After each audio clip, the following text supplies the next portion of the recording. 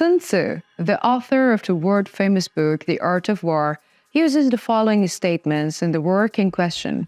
It's inevitable to be captured by the enemy when you underestimate the enemy without thinking ahead and go on haphazardly. Hello, the Pioneer viewers. As the Pioneer, we continue to bring you developments regarding the Russia-Ukraine war. While we're experiencing the struggle between the Ukrainian army and the Russian army, we're experiencing a kind of cycle. In these months of the last year, in the clashes between the Ukrainian army and the Russian army, we have events similar to the events we will talk about last time. The Ukrainian army convinced the Russian soldiers to surrender.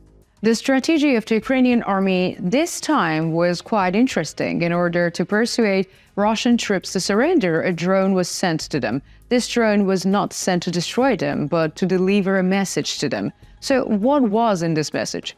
How were the Russian soldiers persuaded to surrender? Let's take a look at this development.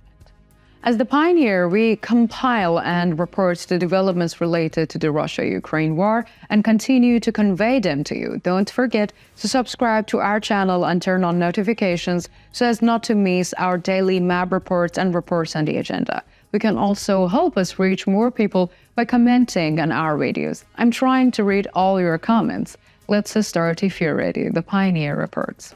The Ukrainian army is carrying out an incredible defense operation on the Avdiivka front against the attacks of the Russian troops. Russian troops, especially from the Storm Z unit, are being thrown as a bait in front of the Ukrainian positions in order to break through the Ukrainian defense in Avdiivka. Despite all this, the Russian army has still not achieved the desired success. The resistance of the Ukrainian forces prevents the Russian troops from advancing. In the past days, a very interesting developments took place on the Avdiivka line. There were some positions captured by the Russian army in the region.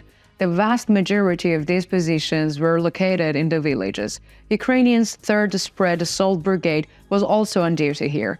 The village captured by the Russian troops came under the Ukrainian siege and sudden raid. The number of the Russian troops in the area were considerably reduced. There were not enough Russian troops to repel the Ukrainian offensive. After most of the village was captured by the Ukrainian forces, a house where Russian troops were hiding was discovered by the Ukrainian troops. The soldiers inside had a chance to be destroyed by several artillery strikes.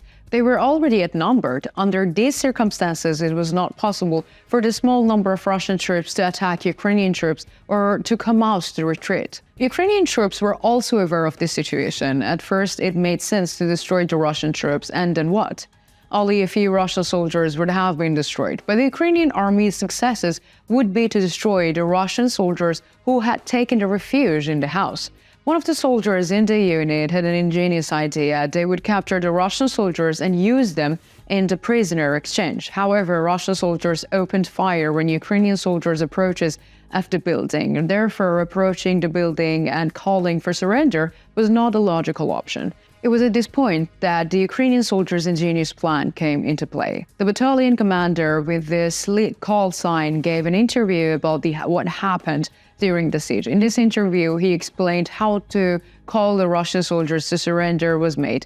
The Ukrainian troops had transmitted an audio message to the Ukrainian soldiers in region with a drone. In order to prevent Russian soldiers from firing at the drone, a white flag was attached to the drone. In the audio recording in question, the Ukrainian troops were calling the cornered Russian troops as follows. Russian soldiers, we offer you a chance to surrender. 2 of your commanders have already been killed. There is no chance left. Surrender in 10 minutes. If you surrender, we will treat you fairly. If you refuse, we will be forced to destroy you. It is stated that after the message was transmitted, 3 Russian soldiers who took shelter in the building raised their hands and left the building to surrender. However, what happened at this point is very important in terms of understanding how things are progressing in the Russian army. Allegedly, the Russian army was following the region. The Russian army had planned in advance what would be done if the Russian soldiers who took refuge in the building surrendered. As soon as the Russian soldiers left the building, the artillery of the Russian army started mortar fire. The route along which the 3 soldiers were to advance to the Ukrainian positions was being directly targeted. The Russian army had already given up on 3 soldiers. It did not want them to fall into the hands of the Ukrainian army. This was a dangerous situation. Not only would the Ukrainian army be in an advantageous position for prisoners exchange, but there would be also a possibility that 3 soldiers would give critical information about the Russian army to the Ukrainian army. Therefore, the route of the advance of the 3 surrendered Russian soldiers was hit by the Russian artillery. One of these 3 Russian soldiers was very close to one of the points where mortar fell. He lost his life there. The other 2 Russian soldiers advanced to Ukrainian positions and were received by the Ukrainian personnel. According to local sources, the Russian soldiers were first searched. After the search, the Russian soldiers were sent to the outpost of the Ukrainian army, to the back points of the front line. The 2 Russian soldiers were given clean clothes and food. The 2 Russian soldiers were then interrogated, and after the interrogation, they were sent to a prison camp. Now, Russian soldiers are waiting for prisoner exchange. Again, according to the claims of local sources, Russian soldiers did not give adequate answers to the questions of the Ukrainian soldiers during the interrogation. The Ukrainian army plans to interrogate the soldiers once again. The attacks of the Russian army on the Avdiivka line are quite critical.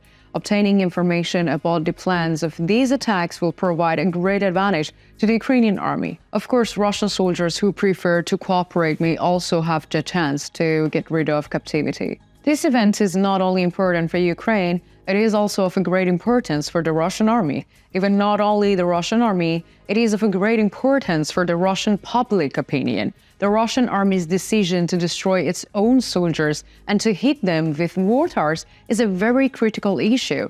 What an army should do under the normal condition is clear. Sending reinforcements to its cornered soldiers is the most important move to be made here. Or stalling the enemy to make them retreat when their soldiers are cornered can also be counted among these moves. If the Russian artillery had hit Ukrainian targets while the Russian troops were surrendered, the Russian soldiers trapped in the building would have had a chance to retreat. Instead, the Russian artillery chose to destroy its soldiers. This is where the Russian public opinion comes into play. Russian public opinion questions these decisions of the Russian army.